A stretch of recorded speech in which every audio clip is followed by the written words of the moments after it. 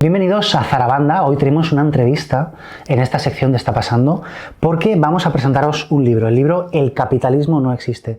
Su autor es de Mieres, una ciudad históricamente de izquierdas como Rivas, y va a contarnos sobre una necroteología del mercado. Aunque pueda parecer raro eso de que el capitalismo no existe, el autor, Juan Ponte, nos va a explicar cómo ha existido históricamente, cómo ha mutado a lo largo del tiempo y cómo siempre ha habido resistencias, cómo ha habido actores, personas que han luchado contra las injusticias que el capitalismo genera. Damos la bienvenida al filósofo Juan Ponte. Muchas gracias, Víctor. Un placer estar aquí. Y es difícil presentarte porque decía Carlos Marx que los filósofos se habían limitado a interpretar el mundo, pero tú tienes un currículum larguísimo, además de filósofo, de autor, de alguien que interpreta el mundo y que ha escrito, de hecho, este libro que hoy presentamos. Tú estás activo, tú intervienes en política, no solo como dirigente federal de Izquierda Unida, responsable de formación y de estrategia a nivel federal, sino también en la primera línea institucional, como director general de Agenda 2030 en el Gobierno de Asturias. Antes de entrar en materia del libro, ¿a qué te dedicas como director general de la Agenda 2030? La intervención política siempre es práctica y teórica al mismo tiempo, ¿no? De manera simultánea. Hay una conjugación siempre entre la teoría y la práctica, hasta el punto de que, esto lo tengo hablado contigo también, en la noción de praxis, la noción marxiana, incluye la praxis y la teoría, ¿no? En esa relación dialéctica, y por tanto es necesario, a mi juicio, y yo creo que se plantea también en ese sentido en el libro, la participación en las instituciones, aunque sea introduciendo e inoculando un virus, ¿no? Claro. La dirección de Agenda 2030 en el Gobierno de Asturias está dentro de la Consejería de Ordenación del Territorio, Urbanismo, Vivienda y Derechos Ciudadanos. Y esta mixtura es muy importante, es esencial porque nos permite planificar estrategias de sostenibilidad en su triple dimensión, a saber, sostenibilidad social, medioambiental y económica, o de gobernanza democrática, desde la perspectiva de ordenar el territorio, ¿no? Claro. Lo fundamental es entender la realidad política implantada territorialmente desde el municipalismo, que es un sello precisamente de la organización política Izquierda Unida. De nada sirve evangelizar con objetivos de desarrollo sostenible si estos realmente, verdaderamente, no aterrizan en los municipios. Claro. De hecho, tienen que brotar de ellos. Por eso, si los ayuntamientos, las entidades locales, que son las instituciones de proximidad, no participan en esta manera de entender la realidad política a través de la sostenibilidad, la Agenda 2030 pues, pecaría de una perspectiva burocratizante, que es precisamente de lo que intentó huir desde el Gobierno de Asturias. Hay una cuestión de la Agenda 2030, luego vamos a hablar del capitalismo, de sus mutaciones y de las más actuales, ¿no? De esas nuevas formas de extrema derecha que pueden ser llamadas fascistas, posfascistas. Hay también un debate en el que entras. Pero te quiero preguntar, ¿por qué esa reacción tan hostil de fuerzas como Vox a lo que se ha llamado Agenda 2030? Es muy pertinente lo que comentas, porque a veces se suele decir, sobre todo actualmente desde la izquierda, que la extrema derecha o las nuevas derechas, luego podemos matizar acerca de estos sintagmas, actualmente son enemigos de la democracia, pero como si fuera una novedad. Cuando en realidad lo que defiendo en el libro es que, en absoluto, que está ya en su ADN, por así decir, que está en su génesis, con una razón y una explicación muy sencilla. Quienes creen en que el mercado se autorregula y que por tanto genera un orden espontáneo en la sociedad, desde esa perspectiva, desde ese prisma, la democracia es exógena a la vida cotidiana y política.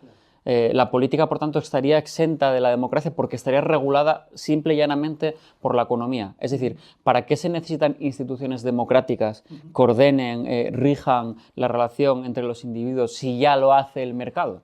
Entonces, ese escepticismo, por no decir negación, de la democracia no es una novedad de la extrema derecha, o no es algo privativo de las derechas populistas, sino que todas las versiones del liberalismo y especialmente del neoliberalismo, del paleolibertarismo, etcétera, que habría mucho que matizar, pues ya directamente niegan, o como digo, mínimamente son, como mínimo son escépticas de la democracia.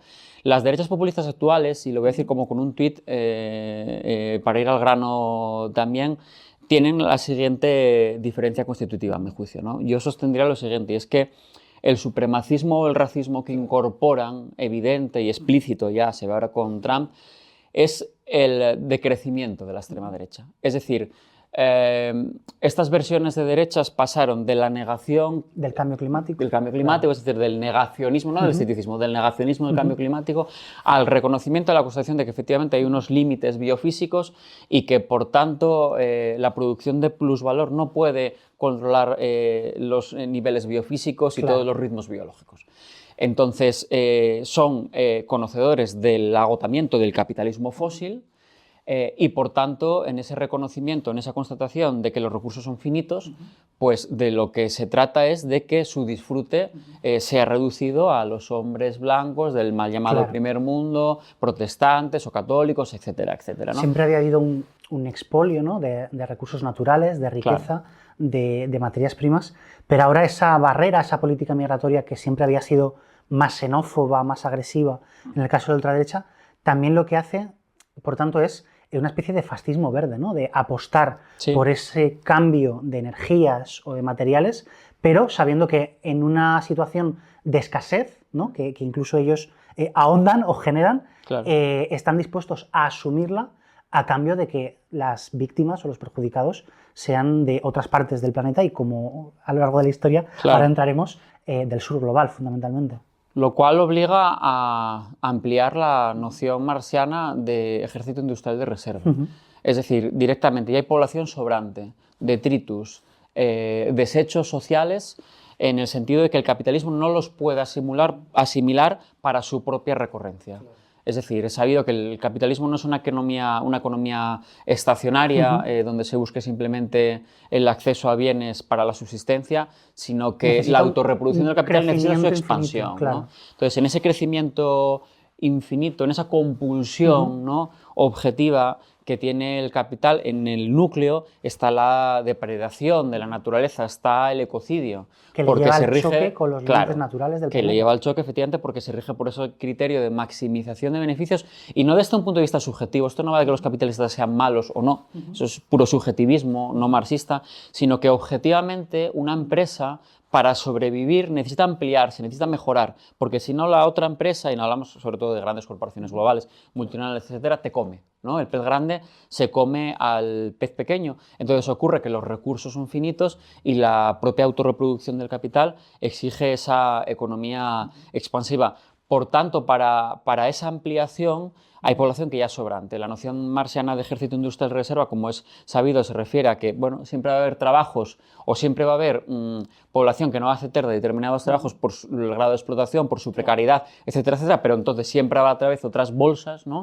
Esa reserva, ese ejército industrial, ¿no?, que dice, bueno, pues tendré que trabajar de esto, ¿no?, los temporeros, la fresa en Huelva, etcétera, etcétera. Bueno, ahora habría que añadir una nueva acepción del ejército industrial de reserva, que es que directamente hay población sobrante, como decía, desechos, detritus o parásitos sociales. Se ve muy claramente en la película, por cierto, que es una muy buena película, la de Parásitos. Tenemos la serie Don't Look Up, la de No mires arriba, ¿no? ¿Qué ocurriría si un meteorito, que en realidad es una analogía, es una metáfora precisamente con la limitación de los recursos naturales? Pues ¿qué ocurriría si hubiera un apocalipsis, una tragedia, ¿no? Pues que los capitalistas intentarían concentrar todo ese capital, todas esas riquezas, y les importaría un comino el resto de la humanidad. Lo vemos ya en esos millonarios, digamos, que planean incluso vías de escape del planeta Tierra. Pero te quiero preguntar, una cosa que a lo mejor, decíamos que la Agenda 2030 molesta a esa ultraderecha moderna. En tu título, El capitalismo no existe, eso puede chirriar, así dicho de primeras, a la gente de tu tradición política, a la gente que viene de Izquierda Unida, del marxismo. Cuando decimos que el capitalismo no existe, y enfocas muy bien en el libre mercado, ¿qué decimos o qué quieres decir, cómo lo explicas para decir que el libre mercado es una utopía, que el libre mercado no puede existir? Son términos antagónicos. El capitalismo no existe, el rótulo hay que entenderlo en condicional. Es decir, el capitalismo no existe si por capitalismo se entiende el libre mercado. El libre mercado no es que estés a favor o en contra de él, no es del Barça, del Madrid o del Atleti, sino que es imposible. Es decir, la propia expresión, el sintagma libre mercado es contradictorio en los términos, es como freír nieve, es como un hierro de madera. En el libro hago alguna analogía, por ejemplo, el perpetuum mobile, ¿no?, que es una idea límite de la física. Imaginad, las personas que nos estén viendo, escuchando, una máquina que una vez que se pone en funcionamiento subsiste sin fuentes de energía externa. Pues esto es imposible porque viola las leyes de la termodinámica. Otra analogía, imaginad un dodecaedro regular. Pues es imposible porque un poliedro con 12 polígonos que sean regulares, es decir, que sus lados sean iguales y los vértices del mismo orden, viola las leyes de Euler, porque los vértices menos las caras menos las aristas tienen que dar lugar a 2, ¿no? Claro. Entonces, ni siquiera, fíjate, y te voy a hacer un matiz, se puede decir que el libre mercado es una utopía, porque en un sentido dinámico, no estático de la noción de utopía, puede ser algo, aspirar, claro, ¿no? algo Claro, que no es realizable en el marco actual de las condiciones materiales existentes, pero que quizás en un futuro puede llegar a ser, ¿no? Que es la noción de utopía, no de Tomás Moro, pero sí de un Quevedo en el siglo de oro español, etcétera, etcétera, ¿no? No es una utopía, sino que es que directamente es contradictorio en los términos. El mercado no puede ser libre. ¿En qué sentido? No es libre respecto al Estado. Y esto no es algo opinable. Esto es así históricamente, ¿no? Y no lo digo en clave dogmática, sino que se puede contrastar empíricamente. Los Estados son como el útero del cual reciben los nutrientes los mercados. No puede haber expansión del mercado, como decíamos anteriormente, autorreproducción del capital, ampliación, rotación del capital, si no hay sistema mundo, ¿no? Que diría Weierstein. Por tanto, como digo, los mercados son, los estados son como el útero de los estados y a su vez sus progenitores, ¿no? También se dan de una manera conjugada o dialéctica. Y esto por muchos motivos. En primer lugar, porque efectivamente, y tú antes lo insinuabas también, para que haya mercados tiene que haber lo que Rosa Luxemburgo llamaba acaparamiento de tierras. Se necesitan recursos y eso implica expolio, depredación, extractivismo, es decir, aquello que Marx de una manera también con cierta ironía toma de Adam Smith y llama acumulación primitiva u originaria, que por cierto no es algo que se da previamente en el tiempo, sino que el capitalismo siempre necesita una acumulación originaria en el sentido de extracción de recursos. Por tanto, no hay trabajo asalariado, por cierto, sin trabajo forzado. No hay capitalismo sin alguna forma de colonialismo o de neocolonialismo. En segundo lugar, esta es una idea muy potente de tu libro, sí. Y es ese vínculo que no es solo histórico, en el sentido de que esté en el pasado, sino que permanentemente hay formas de esclavitud o de trabajo semiesclavo que acompañan en todo momento al capitalismo. Siempre. Podemos pensar desde las maquilas o desde fábricas en el este asiático en condiciones infrahumanas, o la prostitución o la minería. ¿Hay algún momento en el que esto no haya sucedido? O, como dices, siempre hay una génesis que acompaña a todo el capitalismo. Necesariamente, si no, no sería capitalismo, sería otra cosa. En términos historiográficos y politológicos, no es que lo diga yo. Claro. Fijaos que la propia noción de libre mercado, o por ser estrictos, libre comercio, ¿no? Que nace a finales del 17, al principio del 18, el libre comercio viene a ser una sustitución en el monopolio del tráfico atlántico de esclavos, es decir, es la sustitución de las compañías estatutarias por acciones que regulaban los flujos de esclavitud en manos, ¿no? Digo, la sustitución hacia las empresas, ¿no? Claro, realmente. Claro. Entonces, parafraseando a Marx, el libre mercado nace literalmente chorreando sangre y lodo, es decir, nace manchado de sangre. En ese sentido digo que a veces ciertos marxistas incluso yerran cuando consideran que la acumulación originaria o primitiva, insisto, es algo dado previamente en la línea histórico-temporal. No, es algo que es una condición necesaria recurrentemente para el desarrollo del capitalismo. Aducía esto y ahora también amplío, que es lo que quería comentar también, que el mercado para su existencia necesita infraestructuras. Y esas infraestructuras, ¿qué lo aportan? Las instituciones relativas al Estado. Infraestructuras tales como líneas ferroviarias, carreteras, autopistas, aeropuertos, etc. Por tanto, es muy infantil esta vulgata de que el capitalismo lo quiere privatizar todo, como si fuera un molino satánico que decía Karl Polanyi. No es cierto. Es aún más enrevesado. El capitalismo no lo quiere privatizar todo. Quiere transferir costes a los estados para maximizar sus beneficios. Se podrían poner otros muchos ejemplos por los cuales el mercado no es libre y quien pues, los quiera conocer, pues que lea el libro. Pese a esa oposición que parece que los liberales o los neoliberales o la extrema derecha actual tienen al Estado, digamos que, como comentaba, ¿no? Que para que haya un mercado tiene que haber un Estado que haga una legislación, una regulación que permita esas condiciones de mercado, de defensa de la propiedad privada, de unas fuerzas de seguridad. La prueba objetiva, Víctor, es la propiedad privada. Claro. Yo siempre digo, puede parecer muy polémico, pero es así, lo tomo de Marx, de Engels, de Lenin y otros tantos autores, ¿no? El capitalismo es enemigo de la propiedad privada. El capitalismo es enemigo de la propiedad privada porque priva de propiedad a la mayoría. ¿Cuánta gente de nuestro entorno, cuántas propiedades tiene, ¿no? ¿Cuántos coches, cuántos Lamborghini, cuántas viviendas, cuántos productos de lujo, etcétera? Pues no como ese 1% de la población que es propietaria del 90 o el 99% del patrimonio, ¿no? Solo hay propiedad privada si hay instituciones jurídicas, lo cual implica la existencia del Estado y, por lo tanto, de lo público. Aquí está la paradoja interesante, pero esto está también en su génesis, ya en Justiniano, en el Digesto, en instituciones, etc. Es decir, en el nacimiento del derecho ya se dice que una convención entre privados, por ejemplo, un acuerdo entre tú y verbal, yo, ¿eh? Un acuerdo verbal, una convención, nunca puede derogar una regla algo pública o una norma pública. Ley. Es imposible, algo que sea ley. Entonces, la paradoja es que para que haya propiedad privada, tiene que haber instituciones públicas.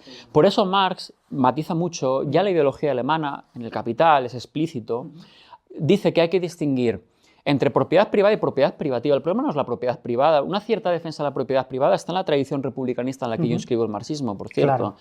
El problema es la propiedad privativa, es decir, la que priva de propiedad privada a la mayoría social, ¿no? Esta es la cuestión, pero además... Sería la propiedad de los medios de producción. Claro, a costa desde del trabajo luego. de otros. Pero es que además Marx distingue muy nítidamente, muy lúcidamente, entre posesión y propiedad. No es lo mismo. De hecho, yo de manera trimembre distinguiría entre apropiación, posesión y propiedad. Hay que apropiarse de los recursos. No me gusta la palabra recursos porque es como cosificarlo, pero bueno, dicho rápidamente, ¿no? Hay que apropiarse de una serie de bienes, que es lo que antes comentábamos con Rosa Luxemburgo de el acaparamiento de tierras. 1. 2. Yo puedo decir, ¿no?, que es algo incluso, bueno, es lingüístico, ¿no? Es decir, yo poseo este bien. Pero una cosa es decir que yo poseo este bien y otra cosa es la garantía jurídica de la propiedad respecto a ese bien. Quien me garantiza que eso es propiedad privada es el Estado. E implica lo público. Luego, desterremos también ese otro infantilismo de la izquierda, las izquierdas defienden lo público, así, a secas, y la derecha la propiedad privada. Es mucho más complejo. Tú antes lo decías, el neoliberalismo... que por cierto explico también en el libro cómo es una mala traducción, hay una historia muy pintoresca para quien lo quiera leer. El del neoliberalismo implica Estado, precisamente, por no hablar, excuso decir ya, del ordo liberalismo en clave germana, austríaca, etcétera, etcétera, ¿no? Entonces, esos autores no reniegan del Estado, la cuestión es ¿qué Estado? El debate es, si el Estado lo que busca es un reparto o una distribución equitativa de la riqueza, están en contra del Estado. Milei. Si el Estado lo que busca es, por contra, asegurar la posesión y la acumulación privativa, no solamente privada, en manos de unos pocos, ¿no? Y decir, la privatización de tierra, de capital, de dinero, de mano de obra, etc., entonces están a favor del Estado. Si el Estado reconoce derechos sociales, laborales y civiles, están en contra del Estado. Veríamos un ejemplo, por ejemplo, en el actual Estados Unidos, donde digamos hay un Estado fuerte, aunque no haya esos servicios Fortísimo. Públicos. Y lo primero fuertes. que hace Trump es la imposición de aranceles máxima. Claro. Y te quiero preguntar, con ese ejemplo que decías de la propiedad privativa, una de las metáforas que se usaba con Elon Musk es que una persona tendría que haber empezado a trabajar cobrando 2.000 euros, no sé si era construyendo las pirámides, para que viviendo aún hoy pudiera alcanzar el nivel de riqueza de Elon Musk. Esta nueva tecnoligarquía, esto que necesariamente es una nueva configuración del capitalismo, ¿en qué se diferencia del capitalismo que habíamos vivido hasta ahora? Bueno, hay muchas respuestas, no es unívoca la misma. Fijaos que el subtítulo del libro, no en vano, es Necroteología del mercado. Y no es una pedantería, o al menos intento que no lo sea, ¿no? El necro de muerte, ¿no? Claro. Ese prefijo, el dar la muerte. Claro. Esa muerte necesaria para reducir la población y acumular en manos de unos muy pocos la riqueza, ¿no? Teología en el sentido de que es una deificación del mercado, ¿no? Nunca en la historia hubo una concentración y una centralización, porque además grande, Marx relaciona también dialécticamente y diferencia entre concentración y centralización. Nunca hubo una concentración y centralización tan grande en la historia de la riqueza como en la actualidad, ¿no? Hay una diferencia específica y es que, digamos que el mundo ya está roturado.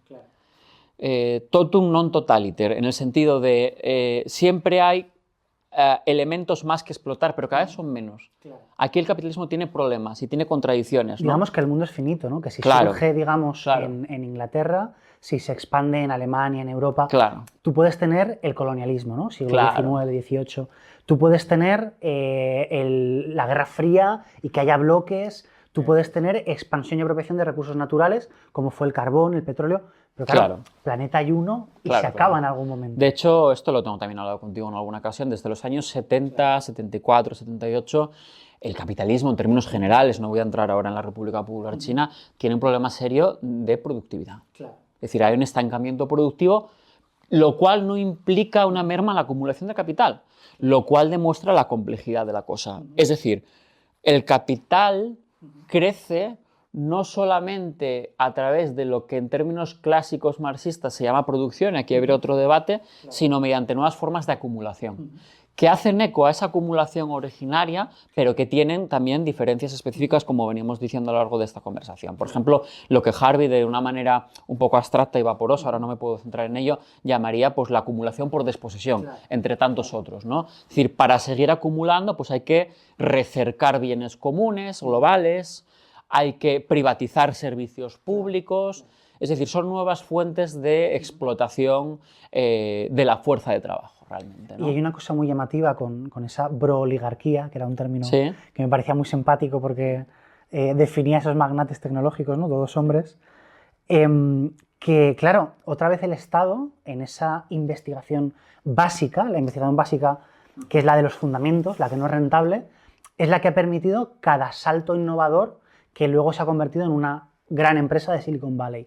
Claro. Otra vez, ¿dónde está subyaciendo el Estado a esas grandes empresas que se erigen como el relato mítico, ¿no? Del emprendedor, del garaje, que se enriquece? Las empresas más importantes de Silicon Valley no tendrían los niveles de éxito actuales si no fuera por la inyección de dinero mediante políticas públicas y programas de investigación dilatados en el tiempo a través de procesos de ensayo y error. Es decir, no se entiende Google, no existiría de hecho Amazon, Apple, etcétera, sin los fondos, sin la inversión ingente de los Estados Unidos. Como no se entiende ningún descubrimiento tecnocientífico a lo largo de la historia sin el apoyo, el soporte y el sostén de los Estados. La pantalla de un teléfono móvil, Siri, las vacunas, en todas estas innovaciones, en todos estos ingenios, ¿no? Por utilizar una palabra muy bonita del castellano, está lo público, está el Estado. Esto destierra también el mito del emprendedor. Un hombre, siempre hombre, no importa cuando digas esto, que está pues en su garaje descubriendo pues algo al margen de la inteligencia colectiva, que diría Marx. Es falso. Sí. Los grandes descubrimientos, las grandes innovaciones históricas, tecnocientíficas, implican como un enjambre lo que Marx precisamente llamaba la inteligencia colectiva. No hay unas inteligencias superiores que sobrevuelan a esa inteligencia colectiva, ni mucho menos. Y ahí te quiero devolver otra vez a tu faceta institucional. Frente a esa colaboración público-privada, de la que se habla tanto, tú planteas en el libro que hay otra vía alternativa, por supuesto, que rompe un poco esas dicotomías también, que es la colaboración público-comunitaria. ¿Qué sería esa colaboración? Así es. La colaboración público-privada, lo cual no niega la existencia de empresas privadas, este sería otro debate en el que habría que ir con calma. La colaboración público-privada, como digo, significa privatización de los beneficios y socialización de las pérdidas, ¿no? En ese sentido, polémicamente, también se podría decir que el capitalismo es una forma de socialismo, ¿no? En el sentido de socializar las pérdidas, las derrotas y los fracasos, ¿no? Siempre que hay beneficios, pues se privatizan. Por ejemplo, en el Reino Unido, el sistema de líneas ferroviarias estaba hecho polvo, ¿no? Puesto que era privado. Bueno, pues ahora lo va a asumir, según las nuevas directrices del gobierno actual, lo va a asumir el Estado. ¿Pero qué va a ocurrir? Pues probablemente, esperemos que no, pero lo que ocurre, el riesgo es que cuando pase una década, pues y ya haya beneficios precisamente por esa infraestructura política pública, pues se privatizará si no se le pone remedio, ¿no? Entonces, es un recurso habitual el de privatizar los beneficios, ¿no? Concentrarlo y centralizarlo en manos de muy pocos, de monopolios. Por eso, el capitalismo, abro un paréntesis, es una economía de antimercado, ¿eh? El capitalismo es una economía de antimercado si se entiende por mercado la libre competencia. No existe, Claro. eso no existe. Los capitalistas no creen en la libre monopolio, competencia. no creen, no la quieren. Cualquiera que tenga una mínima experiencia municipal, desde el ayuntamiento más pequeño a la administración pública más grande, sabe que en los procesos de licitación, de pliegos, de contratación, etcétera, la gran empresa lo que busca es esas prebendas, esos privilegios, etcétera, y que me denuncien porque esto es así, quiero decir, ¿no? Pero volver al hilo argumental de lo que estábamos buscando, puesto que quieren esos monopolios, ¿no? Frente a esa colaboración público-privada, que era la respuesta a tu pregunta, ¿no? Yo defiendo la colaboración público-comunitaria. ¿Qué quiere decir colaboración público-comunitaria? La izquierda tiene un problema desde los años 80 y es que se empapó de las coordenadas de derechas neoliberales y las asume en los procesos de contratación que ahora aducía, etcétera, etcétera, ¿no? Entonces, colaboración público-comunitaria o público-común significa el Estado ha de tomar las riendas, Víctor. El Estado debe planificar, una planificación ecosocial o ecosocialista, que es la que, por ejemplo, yo defiendo de esta dirección de la Agenda 2030, de estas políticas de sostenibilidad, ¿no? A las que antes me refería. El Estado debe planificar algo similar a lo que Mazzucato, aunque abomino del término, denominaría Estado emprendedor, ¿no? Tiene que asumir riesgos, tiene que invertir, tiene que financiar, pero luego los proyectos, mejor dicho, simultáneamente, los proyectos tienen que o han de tener un desarrollo común, desde el procomún, de manera horizontal y democrática, sin que estos sean fetiches, por otra parte. De hecho, yo defiendo que una de las tensiones, y esto también está presente en el libro, de la izquierda actual es la siguiente. ¿Cómo conjugar, y es muy difícil, Víctor, por un lado, la necesidad imperiosa que tenemos de planificación que exige estructuras estatales y macroestatales con los procesos de deliberación democrática, de participación ciudadana, que son más lentos, del procomún, definitivamente, ¿no? Y esa organización, pues, distribuida, en enjambre, de inteligencia colectiva, etcétera, etcétera. Eso es un reto. ¿Qué ejemplos tenemos? Por ejemplo, cuando se habla de democracia participativa, de proceso de consulta, se habla mucho de Kerala, de la India. Cuando se habla de experimentación impulsada desde lo público, se habla mucho de China, que China muchas veces lo que hace es poner a sus municipios a ensayar distintos programas y lo que hace es que los que funcionan los universaliza. ¿Qué ejemplos tenemos de por ese cierto, tipo lo de China, también lo apunto en el libro, se suele decir de una manera ignorante que China sería el ejemplo máximo de centralización. China juega la descentralización completamente para estimular su economía, ¿no? Ese sería otro debate, pero es un tema muy interesante. Un ejemplo, pues mira, las energías renovables. En las energías renovables creo que necesitamos una fortísima planificación y eso exige una empresa pública de energías renovables. Por cierto, una de las más competitivas en el mercado mundial actualmente de energías renovables es China.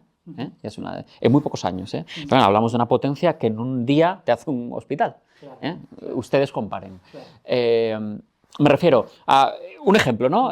Particular de colaboración público-comunitaria. Pues, ¿qué defendería? La existencia de una empresa pública de energía, no hay que tener miedo a decir esto, desde la izquierda, ¿no? Que es esa especie de vergüenza, de complejo que tiene la izquierda desde los años 80, ¿no? Afortunadamente, gracias al ecologismo, se reincorpora la noción de planificación, porque es necesaria, ¿no? Entonces digo, ¿cómo conjugar dialécticamente esa planificación a través de una empresa pública de energías renovables con el fomento y potenciación del autoconsumo energético, de la reducción de la pobreza energética, de la constitución de comunidades energéticas, a poder ser mediante la figura jurídico-legal de las cooperativas, es decir, promocionar ese cooperativismo tan importante, ¿no? Y en este sentido, pequeño momento homenaje a Tito, ¿no? Este sería un ejemplo, ¿no? Las energías renovables. Se pueden poner otros múltiples ejemplos, ¿no? Justo en Rivas tenemos la Pablo Renovable, que es una de las grandes comunidades energéticas. Tenemos ese experimento también de la compra pública directa de energía. ¿Qué pasos habría que dar para enfrentarse, por ejemplo, a esos otros grandes monopolios, como son, por ejemplo, las redes sociales, que están ahora también en actualidad? Ahí, permíteme una cuña muy rápidamente. La primera respuesta es huir del infantilismo, como antes te decía, ¿no? Utilizo aquí la noción de infantilismo también en el sentido de Lenin, ¿no? Si me apuras, ¿no? Aquí hay que huir mucho del infantilismo en ese sentido, ¿no? Superar, como te decía antes, la distinción entre lo público y lo privado, ver ese vector de lo comunitario. Lo estábamos ahora ejemplificando con las energías renovables. Tú ahora me preguntas respecto a las redes sociales, pues la fórmula sería exactamente la misma. Es decir, necesitamos plataformas públicas de intercambio de flujos de información recurrente. Y hay medios suficientes, y vosotros perfectamente lo sabéis, para llevar a término esto, ¿no? Como ocurre con los supermercados. ¿Por qué no hay que decirlo? ¿Por qué no supermercados también públicos? ¿Por qué no? Donde pueda haber procesos de trueque con otro tipo de monedas alternativas, donde se pueda dar una segunda vida a la ropa, donde esto se rija mediante procesos de las 3 Rs. ¿Por qué no? ¿No? Vuelve a ser esa conjugación, ¿no? entre la macroplanificación, pero después llevándolo a la deliberación, a lo que antes comentaba, ¿no? Respecto a esta cuestión. Y eso es muy difícil, ¿no? Yo creo que hay 2 tensiones de época, si me permitís. Una es esta, cómo planificar en términos macro, sin perder un ápice, esa idea del municipalismo de la democracia por abajo. De la democracia, claro. que la democracia por abajo casi es un pleonasmo, no es como decir mundo mundial, debería ser así, ¿no? Claro. La democracia tiene que ser por abajo, o como mínimo una abajo, arriba, arriba, abajo, ¿no? Un proceso dialéctico constante. Porque la democracia es eso, es poder popular, ¿no? Democracia es lo plebeyo realmente, ¿no? Y vuelvo al principio de esta conversación, Víctor. Las derechas nunca creyeron en la democracia, ni siquiera buena parte del liberalismo. Les asusta, es lo que, por ejemplo, entre otros, Rancière llamaría el miedo a la democracia, ¿no? El odio a la democracia, el miedo a la democracia, etcétera, ¿no? No vaya a ser que el pueblo opine, no vaya a ser que el proletariado escriba poesía. Pero decías que si todo se decide en el mercado, si nos quedamos reducidos como ciudadanos al hecho de participantes del mercado, de consumidores, la democracia a la que nos reducirían, digamos, el capitalismo, si pudiera, sería simplemente a ejercer de consumidores, nuestro voto sería el carrito de la compra. Bueno, eso lo decía ya Milton Friedman, ¿no? La escuela de Chicago. Claro, la entrevista es breve y tiene que ser breve, ¿no? Pero eso que llamamos neoliberalismo es un término súper vaporoso, que además yo por eso aplico lo de necroteología, porque ya parece que es como la respuesta a todos los males, ¿no? Y hay que ser un poco menos perezosos, ¿no?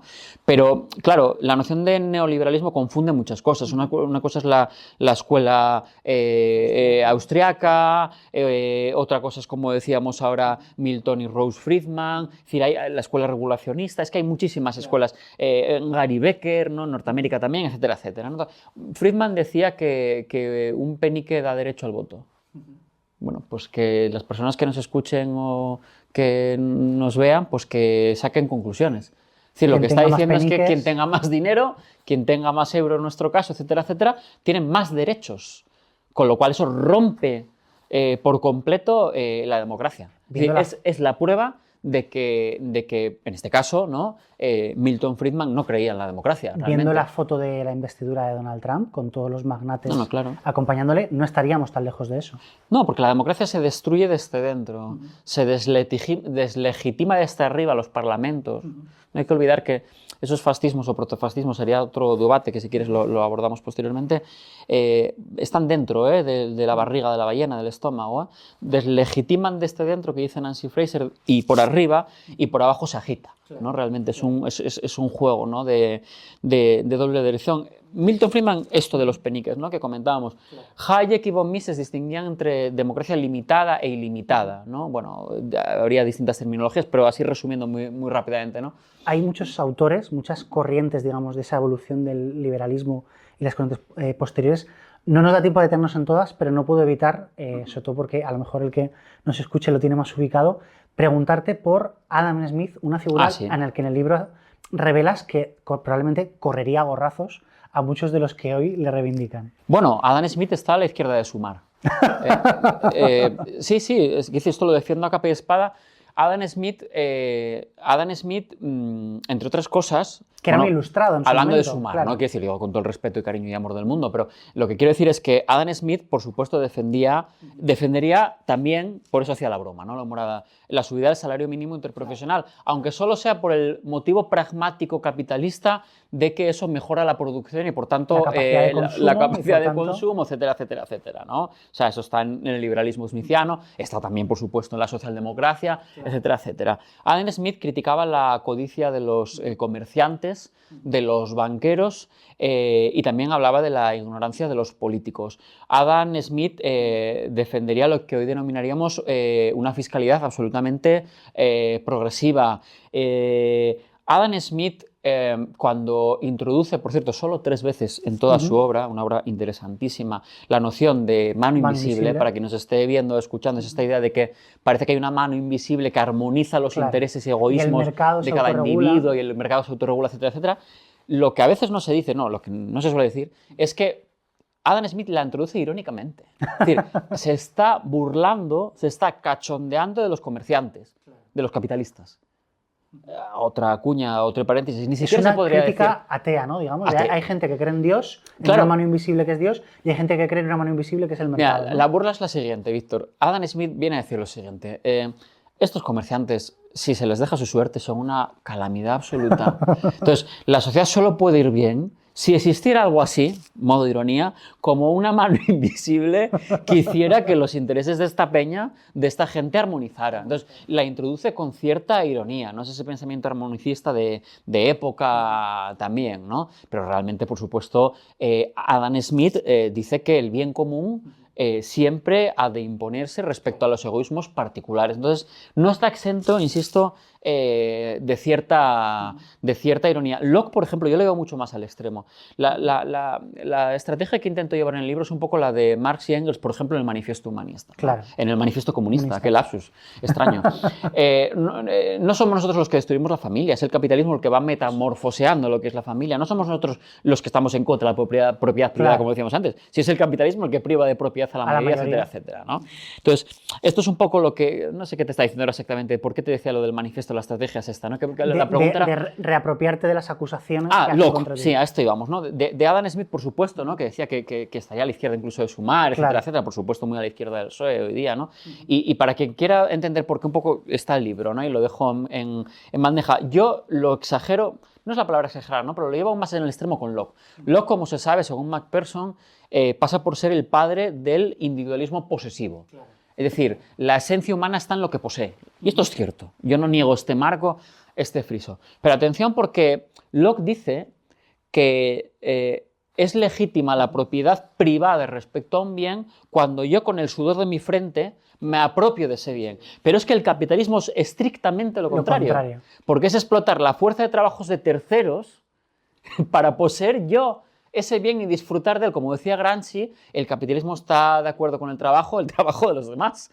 Claro. Esto es el capitalismo un poco. Entonces, es absolutamente antitética la posición lockeana respecto al capitalismo. Adam Smith no era un capitalista, porque históricamente lo que le tocó vivir a Adam Smith, como mucho, sería el capitalismo agrario. Claro. Locke tampoco. Es decir, hablamos de autores previos a la industrialización en el sentido fuerte, ¿no? Entonces, fíjate, y perdón, acabo con esto, no solamente dice esto Adam Smith de con el sudor de mi frente yo me apropio de algo y eso es legítimo, ¿no? O sea, había muchas teorías, toda la dialéctica con el justnaturalismo, claro, bueno, etcétera, etcétera, ¿no? No solamente dice esto, dice, y yo tengo derecho a disfrutar de ese recurso o de ese bien sin agotarlo respecto al disfrute que pudieran tener los coetáneos, pero sobre todo las generaciones futuras. ¡Ostras! Esto se llama justicia intergeneracional. Casi ecologista, sí. Claro, por eso hacía antes la humorada de lo de Sumar, ¿no? Un poco para que impacte en ese sentido, es decir, que veamos que es absolutamente estúpido por parte de la izquierda regalar a autores como Adam Smith o Locke a la derecha, porque hay un hiato insalvable entre estos clásicos no son liberales a mi juicio, ¿no? Pero estos clásicos del liberalismo, digamos rápidamente, Adam Smith, Locke, etcétera, respecto a Hayek, von Mises, Milton Friedman, Gary Becker, por ir a que son tantos autores, lo que tú dices es que es imposible, ¿no? Me podéis invitar más veces si queréis, pero Gary Becker, por ejemplo, ¿no? Que estudió muy bien, por cierto, Foucault. Foucault fue uno de los primeros, después hay gente que dice que él era neoliberal, no entendieron nada. Es decir, Foucault fue uno de los primeros autores que se toma en serio, hizo algo que de la izquierda no suele hacer, que es leer a la derecha. Y yo tenía un profesor que me enseñó lo siguiente, hay que acostarse con el enemigo, ¿no? Entonces, Foucault hacía esto de alguna manera, ¿no? Y en ese seminario sobre el nacimiento de la biopolítica estudia eso del neoliberalismo y del ordoliberalismo y del capitalismo a lo Gary Becker cuando escribe sobre el capital Foucault humano. Es el gran estudioso de esas instituciones estatales que consiguen que ese capitalismo más neoliberal luego funcione. Foucault, que tiene tintes libertarios su obra, esto es innegable, tiene una cierta atracción hacia toda crítica que sea al Estado, pero de ahí a decir que sea neoliberal, por favor. Seamos rigurosos, hay un trecho, pero a lo que iba. Él estudia concienzudamente, entre otros autores, a Gary Becker, ¿no? Y ahí ves cómo es la antítesis respecto al liberalismo clásico. ¿Por qué?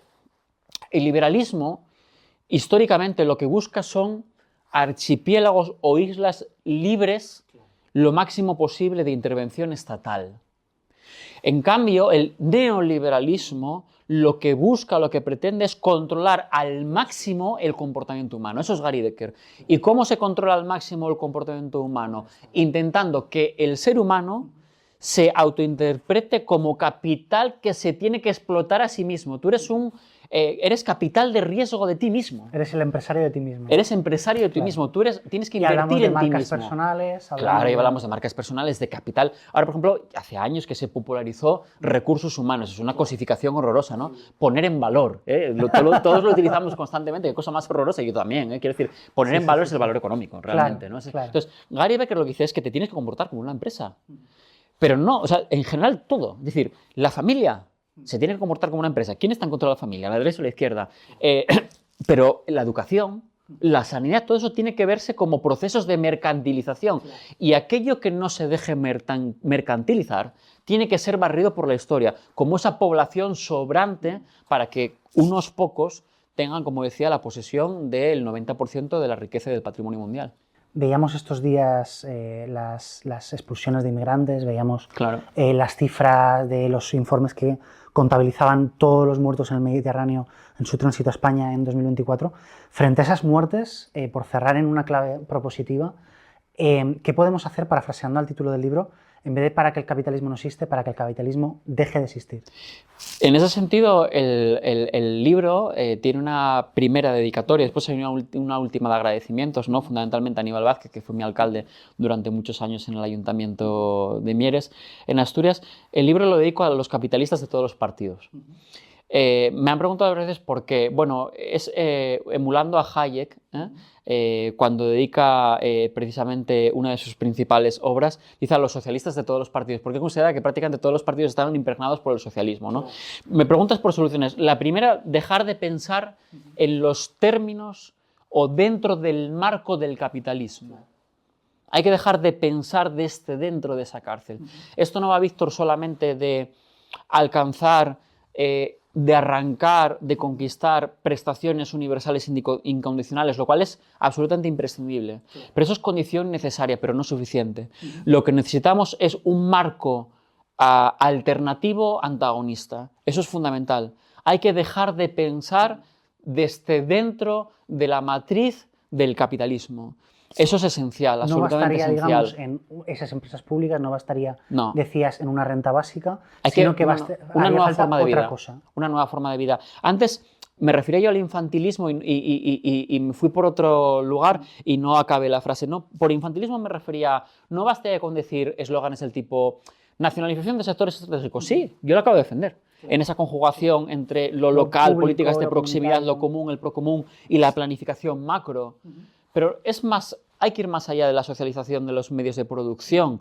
Lo que hay que hacer es democratizar los procesos de trabajo, que es distinto. Por cierto, abro otro paréntesis. Hoy día, afortunadamente, se reintroduce algo que ya hizo Izquierda Unida hace muchos años, y hay que ponerlo en valor, la reducción de la jornada laboral. Pero es que de nada sirve, atención, la reducción de la jornada laboral si no va acompañada de procesos de socialización de la riqueza. De nada sirve liberar tiempo si sigue rigiendo la lógica de la meritocracia, con sus relaciones de poder subsecuentes. Entonces, resultados y respuesta fundamental a esto. Necesitamos un marco alternativo.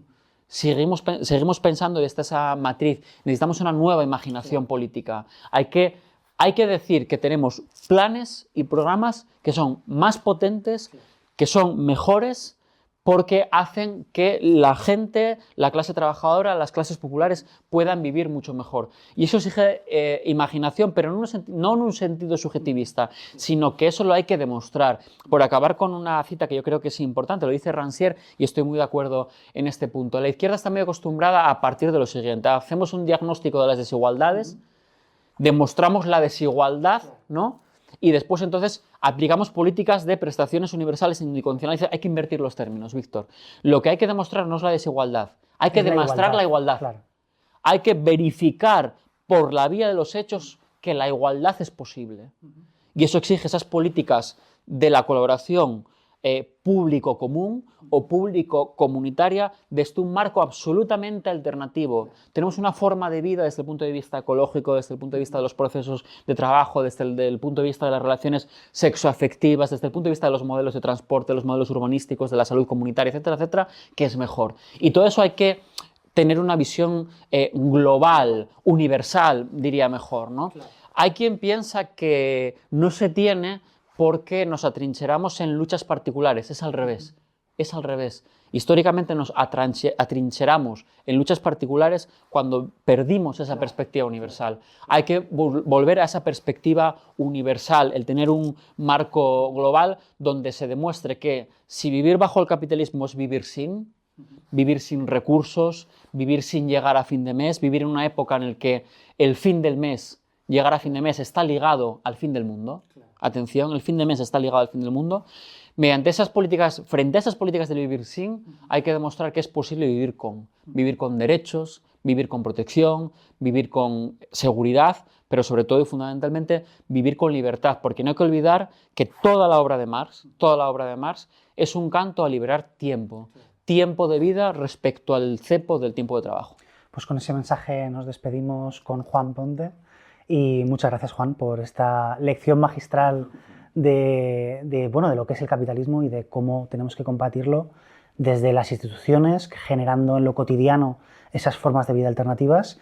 Y os invitamos a que ojeéis, a que leáis El capitalismo no existe, necroteología del mercado, y ojalá en próximos días veamos esa reducción de jornada que comentábamos y seamos capaces de usarla para el bien. Nos despedimos con una invitación: que os reduzcan la jornada y podáis usarla, no para legitimar ese consumo, esa democracia que le gustaría a esos capitalistas, sino a apoyar a esas otras formas de cultura, otras formas de ocio, otras formas de vida, de compartir en comunidad ese tiempo, y quizás en ese ratito también tengáis tiempo para vernos aquí en Zarabanda Televisión. Así que muchas gracias.